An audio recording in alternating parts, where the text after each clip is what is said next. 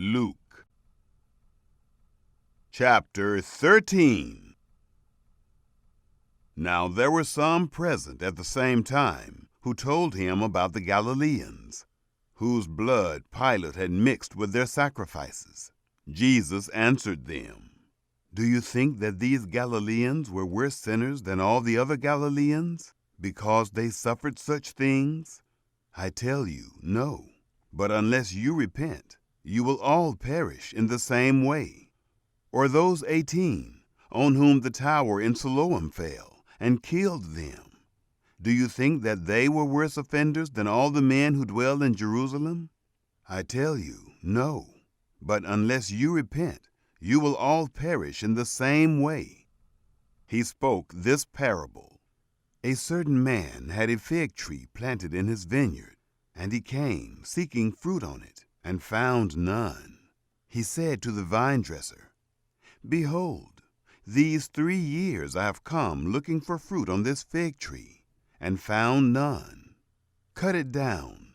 Why does it waste the soil?"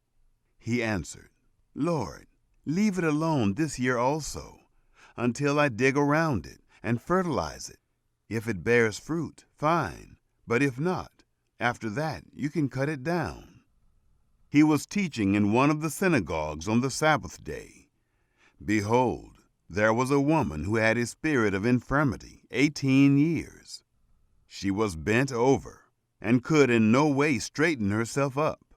When Jesus saw her, he called her and said to her, "Woman, you are freed from your infirmity." He laid his hands on her, and immediately she stood up straight and glorified God.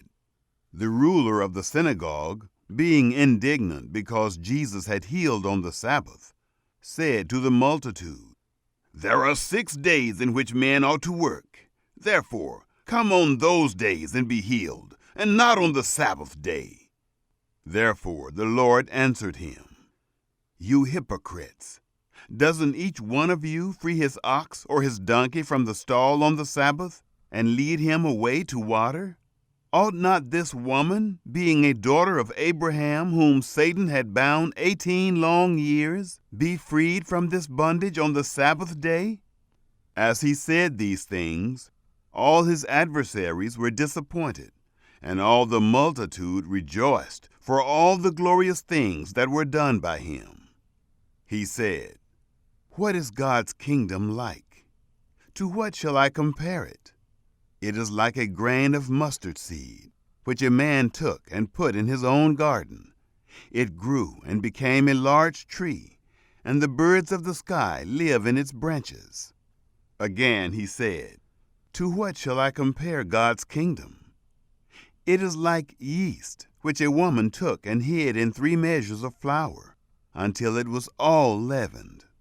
He went on his way through cities and villages, teaching and traveling on to Jerusalem. One said to him, "Lord, are they few who are saved?" He said to them, "Strive to enter in by the narrow door, for many, I tell you, will seek to enter in and will not be able. When once the master of the house has risen up and has shut the door, and you begin to stand outside and to knock at the door, saying, 'Lord, Lord, open to us,' then he will answer and tell you, 'I don't know you or where you come from.' Then you will begin to say, 'We ate and drank in your presence, and you taught in our streets.' He will say, 'I tell you, I don't know where you come from. Depart from me, all you workers of iniquity.' There will be weeping and gnashing of teeth when you see Abraham, Isaac, Jacob, and all the prophets in God's kingdom, and yourselves being thrown outside.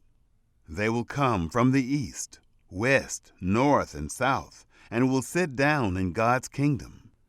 Behold, there are some who are last who will be first, and there are some who are first who will be last."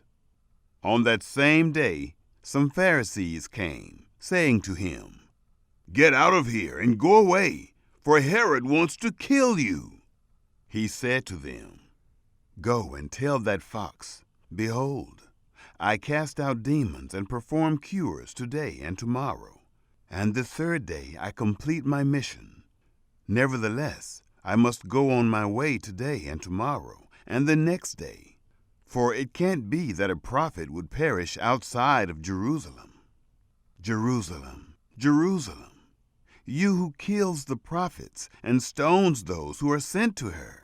How often I wanted to gather your children together, like a hen gathers her own brood under her wings, and you refused.